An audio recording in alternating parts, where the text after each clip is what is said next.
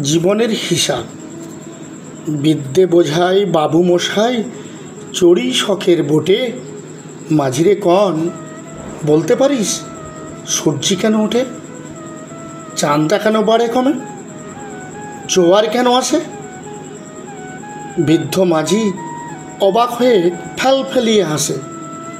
বাবু বলেন, সারা জনম মল্লিরে তুই খাটি, জ্ঞান বিনা তোর জীবনটা যে চারিয়ানায় মাটি। খানিক বাদে কহেন বাবু, বলতো দেখি ভেবে, নদীর ধারা কেমনে আসে পাহাড় হতে নেবে?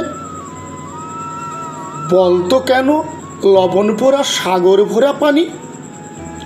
মাঝি সে কয়, আরে মশাই অত কি আর জানি। বাবু বলেন, এই বয়সে জানিস নেও তা কি, জীবনটা তো নেহাত খেলো, অষ্ট আনাই ফাঁকি। আবার ভেবে কহেন বাবু, বলতো রে বুড়ো, কেন এমন নীল দেখা যায় আকাশের ওই চূড়ো? বলতো দেখি সূর্য চাঁদে গহন লাগে কেন? বৃদ্ধ বলে, আমায় কেন লজ্জা দিচ্ছেন হেন? বাবু বলে, বলবো কি আর, বলবো তোরে কিতা, দেখছি এখন জীবনটা তোর 12 আনাই বৃথা।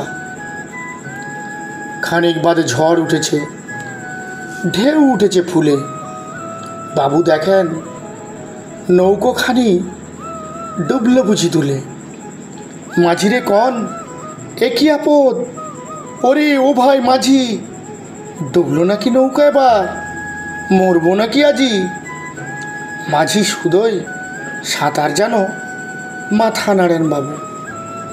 মূর্খ মাঝি বলে, মশাই এখন কেন কাবু, বাঁচলে শেষে আমার কথা হিসেব করো পিছে, তোমার দেখি জীবনখানা 16 আনাই মিছে।